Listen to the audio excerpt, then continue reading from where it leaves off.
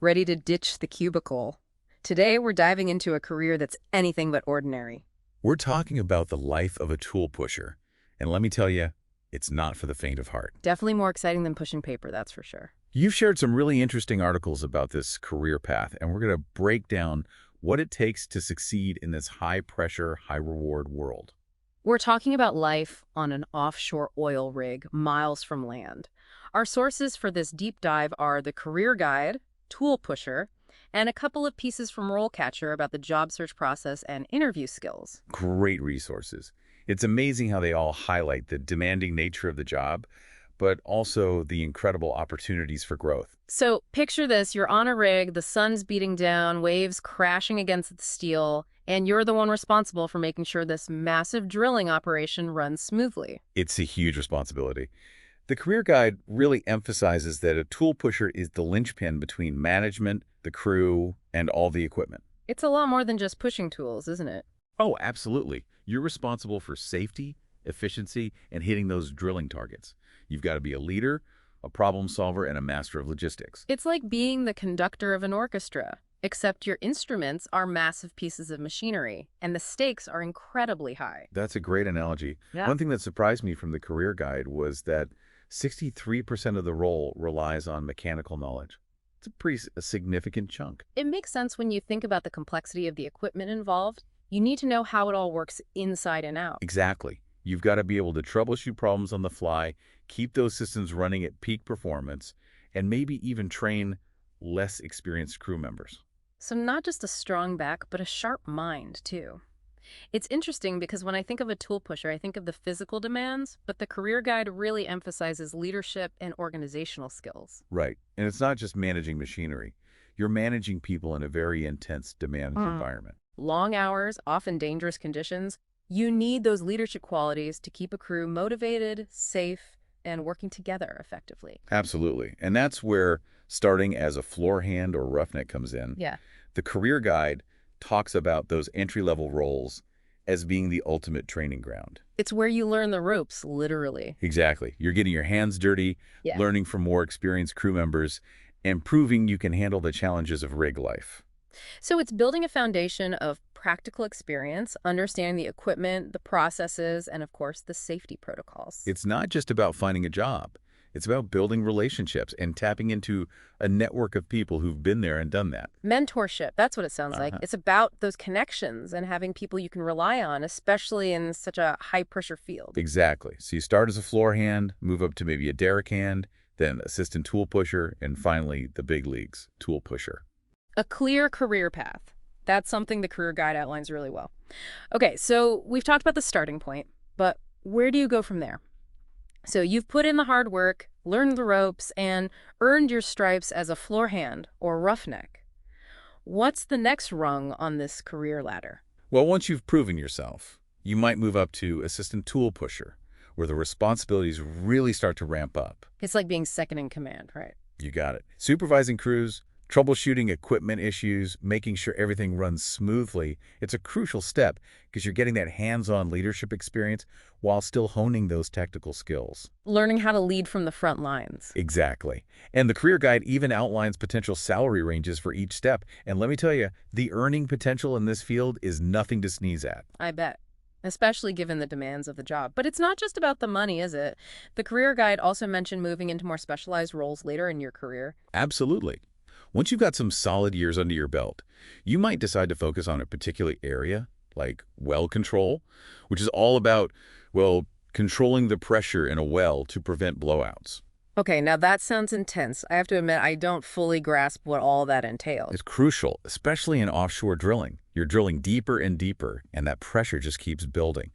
If it's not managed carefully, you risk a blowout, which can be incredibly dangerous and costly. So, well control specialists, they're the ones who keep everything from, well, blowing up. Essentially, they monitor the pressure, make sure safety procedures are followed to a T, and know exactly what to do if something goes wrong. It's a high-stakes role that requires specialized training and a cool head under pressure. Sounds like the kind of job where experience is everything. It definitely plays a huge role, but the Career Guide also stressed the importance of never stopping learning. That makes sense. The oil and gas industry is constantly changing. Exactly. New technologies are always popping up, so whether it's staying on top of the latest well control techniques or getting familiar with new drilling equipment, a tool pusher has to be adaptable and always hungry for knowledge. Speaking of new technologies, it was really interesting to see the career guide mention the industry's move towards sustainability and reducing carbon emissions. It's a hot topic right now, that's for sure. The sources mention companies adopting more sustainable practices, investing in technologies to lessen their environmental impact. Which is a good thing, right? Absolutely. It's something we're all becoming more aware of, our impact on the planet. But how does this shift towards sustainability impact someone considering a career as a tool pusher? What does it mean for them? That's the million-dollar question. It's still a bit of an unknown, but I think it's safe to say that tool pushers of the future will need to be adaptable and open to new ways of doing things. So it's not just about knowing how to operate traditional drilling equipment, but also being familiar with those new technologies we see emerging in renewable energy and other fields. Exactly. Think about offshore wind farms, for instance, Mm. or geothermal energy. Those fields are really taking off, and they need skilled workers who can handle those tough conditions. And who know how to operate complex equipment in challenging environments, which sounds a lot like what a tool pusher already does. Right, that's what's so cool about it. The career guide actually had a whole section on transferable skills, giving clear instructions, managing industrial equipment, keeping an eye on costs. Those are useful in all sorts of industries, not just oil and gas. That's reassuring, actually. Even if the oil and gas industry undergoes a major transformation, those core skills won't become obsolete. Nope. Adaptability and a willingness to learn, those are key in any field, but especially in a sector that's evolving as rapidly as energy. So it's about investing in skills that will stand the test of time. Okay, we've covered the day-to-day, the career path, even what the future holds for this industry. But we haven't talked about the elephant in the room, and that's the inherent risk that comes with this job. Right. It wouldn't be fair to sugarcoat it. Being a tool pusher means working in hazardous environments. Although the career guide was very clear that safety is the top priority in this field. And that's where those certifications we mentioned earlier come in. Well control, HSE, OSHA. They're not just about looking good on a resume, are they? Not at all. They're about ensuring everyone on that rig goes home safe.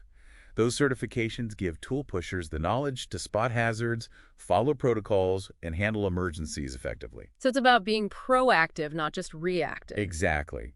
It's about fostering a culture of safety where everyone feels comfortable speaking up if something seems off. And that goes back to those leadership skills we discussed earlier. A good tool pusher isn't just focused on getting the job done, but on the well-being of their crew. It's about leadership, mentorship, being an advocate for safety. It's a lot to juggle. It is. But I can see how rewarding it would be, knowing you're contributing to such a vital industry while also keeping people safe.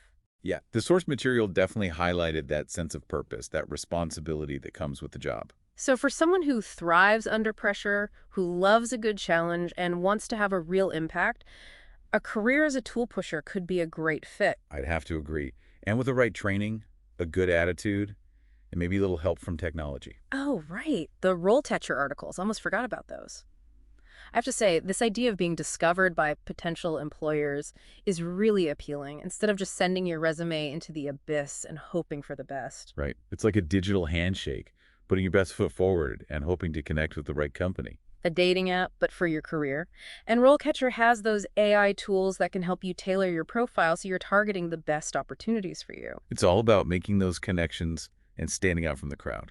I like that it feels like a level playing field. No matter what your background is, everyone has access to these resources and tools. I was impressed by RoleCatcher's commitment to accessibility. They have those free resources as well as paid options, so there's something for every budget.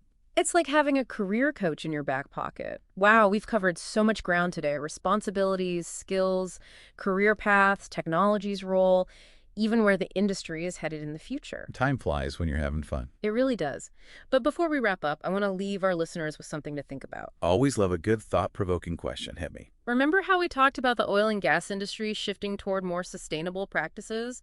It really got me thinking, how might a tool pusher's job change alongside these shifts? It's interesting because the sources mention these new technologies, but they don't really dive into how that will impact a tool pusher's day-to-day work. Exactly. So here's something to ponder as you continue exploring this career path. As the industry moves towards renewable energy, carbon capture, and the like, What new skills or specializations will be needed for tool pushers to really thrive in that changing environment? It's a question worth exploring. It really is. Yeah. And I think it's safe to say that those who are willing to embrace those changes, to learn and adapt, those are the people who will shape the future of this industry. Well said. And on that note, we'll leave you to ponder that very question. This has been an incredible deep dive into the world of tool pushers. We hope you found it insightful. Until next time, keep exploring, keep learning, and keep diving deep.